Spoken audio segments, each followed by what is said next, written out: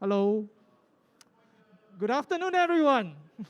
So good to be here today again in this annual event. I've been here for 4 years, and it's the beginning of the year.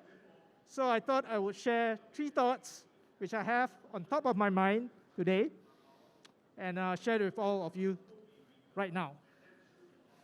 Now, before I start, I wanted to introduce myself to those of you who may not know me. These are my 2 co-founders, Joanna and 𝗪𝗃𝘀𝗁. You might recognize David because he appears on TV a lot, on radio, BBC's, CNBC. He's on Money FM every Monday. He writes for Business Times and so on, right? Now, what you may not know is David and Joanna are the first 2 employees of the 𝗪𝘆𝘀 Singapore, right? And they have set up the 𝗪𝘆𝘀 Singapore in 2013. So we've been around for a while, for more than 10 years. And they are the first 2 employees to set everything up. Now myself, I joined 1 year later. But 1 year before, I was working with this guy. This is the co-founder of the 𝗪𝘆𝘀 himself, David Gardner. I was working behind the scenes, helping him with one of his services called Stock Advisor. And that service goes out to hundreds of thousands of people. And it was a great privilege to be able to contribute in my own way to such a wide audience overall. So in 2014, I joined David and Joanna in the 𝗪𝘆𝘀 Singapore. 2015, we launched our own service, the Stock Advisor for Singapore. It's 8 years since we launched our first service, and I can say it's done well. There's enough time passed, and right now I can stand here today and tell you that the service has done well. But as many of you all know, the 𝗪𝘆𝘀 Singapore decided to close down their branch in 2019, right? Purely business decision, right? They decided, okay, I do not want to be in the Singapore market anymore. And the reaction from members surprised us because there was an outpouring of love, right? People wanted to know where we were going next. And that's why we formed the Smart Investor in 2020. And this event actually holds a special significance for me because this is the first event we presented as a Smart Investor. So I'm really happy to be here. Thank you. So back to today, right? I think that to understand where we are today, it's useful to look back 1 year ago, right? Same event, right here, same stage, right? That's the red circle right there. The environment was really different, right? It was an environment of fear, a lot of fear in the air. And the thing about fear, it's really very unique because on the surface, people look very calm, right? They don't look fearful. Nobody has ever come up to me and tell me, Chin, I'm scared. Nobody. But when people ask questions, will the stock market fall if the interest rates go up? What is the intrinsic value of this stock? What is the valuation? These questions actually mask fear, right? You're scared, but you're covering up with questions and so on. And it's a very normal behavior. The thing is, we don't talk about it enough. That is why in October, in 2022, when the market was down, it was crashing, right? I decided to send out an email to our tens, we have about tens of thousands of members, to let them know that, hey, we need to talk about this topic called fear. Because fear can prevent you from doing the right thing, which is to buy. Fear can cause you to change your behavior. And it was so important that I wrote another article in November, again, with the Business Times, because there's only one prerequisite for feeling fear, okay? Only one prerequisite. And that is if you are human. If you're human, you will feel fear, right? If you step on the road, you see a car coming, you don't think. Your brain instantly recognizes danger, you get out, correct? Now imagine that same mechanism working when you're looking at the stock market. If you look at last week, NASDAQ fell 5 days in a row, right? Pum, pum, pum, every day fell 5 days in a row. That sort of moves triggers fear. And guess what? As I said, if you're human, you will feel it. Why? Because fear is triggered automatically, right? You don't have to trigger it. It will happen automatically. When you step on the road, you see the car, you will instantly feel fear and you get out, right? You don't trigger that fear, it happens. It happens subconsciously. Even when you're not thinking it, you're feeling it, right? And that's so important to address, which is why last year, exact same event, I could have spoke about many different things, but that was the single one thing I wanted to talk about. Because if you do not address fear, then nothing else matters. I can give you information, I can give you data, you can be the best analyst in the world, but if you are fearful, you won't act on whatever expertise or data you have. And that, to me, is really, it's a shame, right? Now, you will notice there's a lot more empty chairs there, and that was the environment. So, to look at fear, you need to understand the roots of fear. One of them is looking at stock prices, as I mentioned. The solution for that is very simple. Stop looking at stock prices. Really. Yeah? If you don't want to listen to me, listen to Warren Buffett. Stop looking at stock prices. Stock prices, you look more, doesn't make you smarter, right? You look more, it doesn't mean that the stock price will go up because you're looking at it more. It doesn't happen that way, I'm sorry.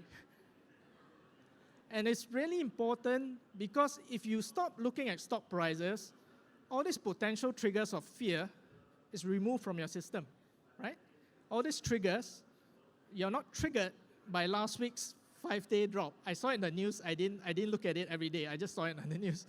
You're not triggered by all this. Therefore, you're less of an emotional wreck. Because if you think about it, that is not all that is happening, right? There are other sources of fear. Fear of losing money, for example, is another source of fear. When you invest, you're afraid you might lose money. If you're retired, you may no longer have a regular income. Again, fear. Now, I'm going to share something which I spoke about in 2020. That's I mentioned just now. And this is really important because, let me show you some context. The red circle is when I had that presentation, right? And then you can see what happens 2 months later, right? It's something called a pandemic, which happened. The market crashed. And when the market crashed, we were out there very active, engaging our members, doing, I think, 8 or 9 hours of Q&A, making sure people stay calm. But at that moment, as I think back, there was one slide which I was really happy, which I shared back in January 2020. And I think that it's still relevant today. Okay? And this is the slide. Get your basics right. Very simple, very doable, and something you can take home and do immediately. And why are these important? Emergency fund, for example. Think back about the period of when the pandemic happened, right? When the pandemic happened, people lost their jobs. Entire industries were decimated, especially airlines, hotels, restaurants. If you are a restaurant owner, right, small business owner, your business was impacted significantly for a 2-year period. And what does that mean? Your income gets threatened. And when your income gets threatened, you may need to turn and sell your stocks. But guess what? When you want to sell your stocks when you're in the weakest moment in your financial position, that happens. Right? Then you are forced to sell your stocks at very low valuations. And I do not want this to happen to anyone. Right? It's so important. Something very simple, something very basic, but so important, so effective. Next thing, don't use any cash you're going to need for the next 5 years. I saw 𝗲𝘰 presenting the same thing, so I smiled because I agree with him. If you have a major expense, a wedding, your child's education, if you're looking to buy a house, for example, or a new second property or your first property, don't put those needs at risk by investing the money you need for those initiatives at risk, okay? Make sure you use money which you're not going to need for the next 5 years at least. And lastly, it seems logical, but a lot of people tend to fall on this trap. You get swept up by your emotion, you tend to throw in all your money because you think that you cannot miss out on something. And my suggestion is take your time, right? If you took 2 years to save, take a year to invest, right? There's nothing wrong, there's no rush, right? Which brings me to the first tip for the year. I find that whatever the stock market is today, right? We've gone through a downturn last year. This year, there's an upturn. If you're invested, you've earned some money. There's still some fear, because if you earn some money, you might be fearful you'll lose it, because you see what just happened in 2022. If you have not invested, you might be fearful because you see the market has already gone up. You feel that you've missed the boat, right? So there's that same fear still there. And I feel that to tackle this, you need to get the foundations right. You need to build and structure things to address your fear before you do anything else. Nothing else matters. Investing decisions, data, everything else doesn't matter. Fix those root causes of fear. You will still feel it, but try to limit it, right? And this is really important, because if you look at the last 4 years, we've gone through an enormous volatility, right? 2020, pandemic. 2021, vaccination. 2022, rising interest rates. 2023, we have an upturn, but interest rates still rose. And this emotional roller coaster, I feel, will cause you to miss out on something really important. This wasn't fun, but from it, there's something which I feel is the greatest gift right under your nose. And this greatest gift is something which I experienced back in 2008 during the great financial crisis. I started investing in 2005, and 2 years later, this happened, right? So I've gone through all these declines and so on, which is why I'm able to recognize how people behave when the market is really down. And in particular, I wanted to focus on this area here, 2010, right?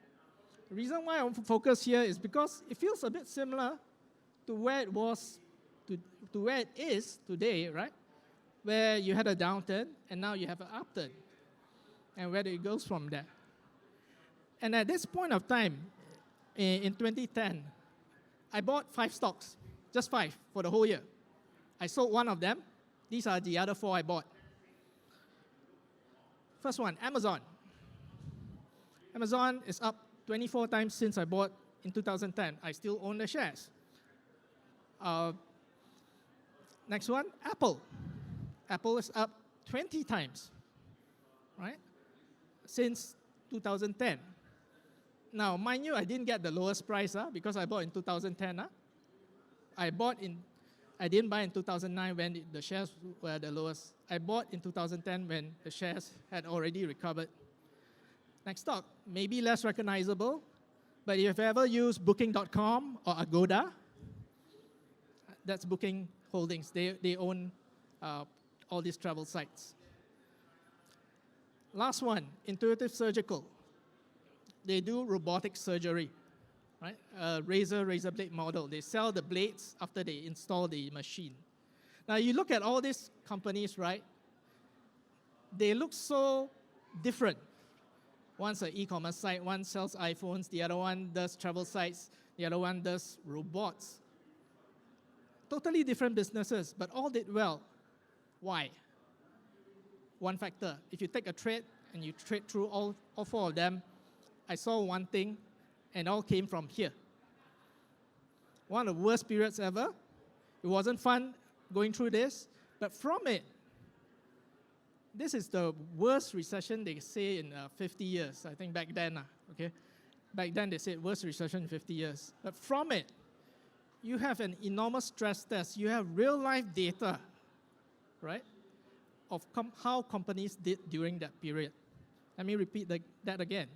You have data, real-life data, of how companies did when things were extremely difficult, right? And all this data is not hidden. It's all public. It's a gift. And why is it a gift? Here's what I saw in 2008, in 2010 when I bought the stocks. Apple. They sell $1,000 devices, electronic devices. You'll think that it's discretionary. But look at how they performed in 2008 and 2009. Revenue rose 50% in their fiscal 2008. And their earnings rose even more. Look at Booking Holdings. Travel, supposed to be discretionary, right? When recession happens, you'll think that travel does not happen. But no, the data says otherwise. So don't just listen to whatever the news says. Look at the data. It's right there. You can find it, right? And when you go through such a period of time where there's an enormous stress test over the last 4 years, as I said, pandemic, you have recovery, you have vaccination, you have high interest rates. These, to me, are all the most valuable data points when you can reduce narrow your search to the best companies ever, right? It's that simple. Now, I am not saying that if a company did well the last 4 years, that it will confirm do really well the next 10 years. That is not what I'm saying. What I'm saying is if a company did well over the last 4 years, very steady performance over a period of time where there's extreme stress, the chances of it outperforming, if you're looking for a pool to go fishing, I'm saying that pool has more winners. That is what I'm saying. Which brings me to the last point, and I see my time actually running out, so I'll keep it short.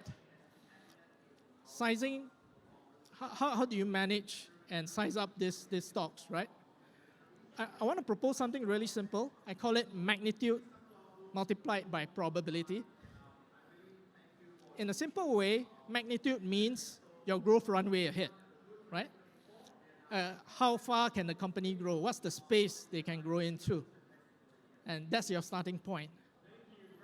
But that is not enough, because anyone can say that I'm going to the hottest or latest trend right now, but not everyone can actually make it, right? You need the right player. You need the right company with high probability of addressing that market.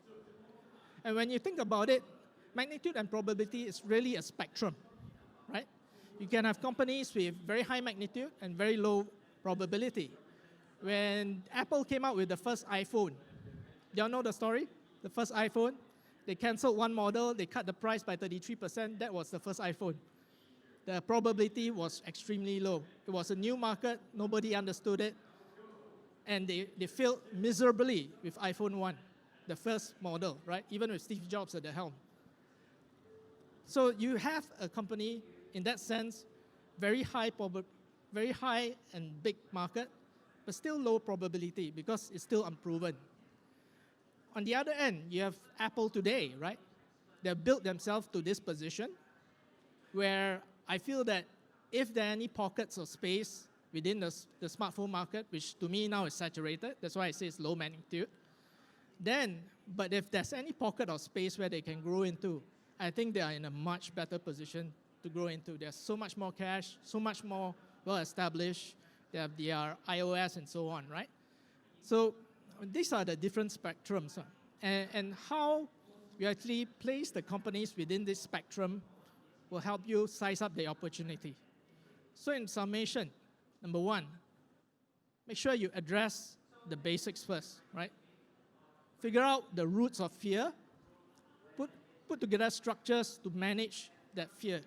That will be the emotional foundation. Don't talk about just ignoring the noise and so on. Do it for real, right? Address the sources of stress. And when you want to look for stocks, look for the pool where you can find the most winners. I just shown you an example from the past.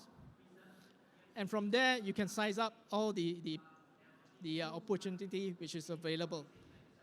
So my time is actually up. I just got the prompt. So thank you. I still own all the stocks. And I have 20 minutes today, but I wanted to share that we are having a webinar on Tuesday next week.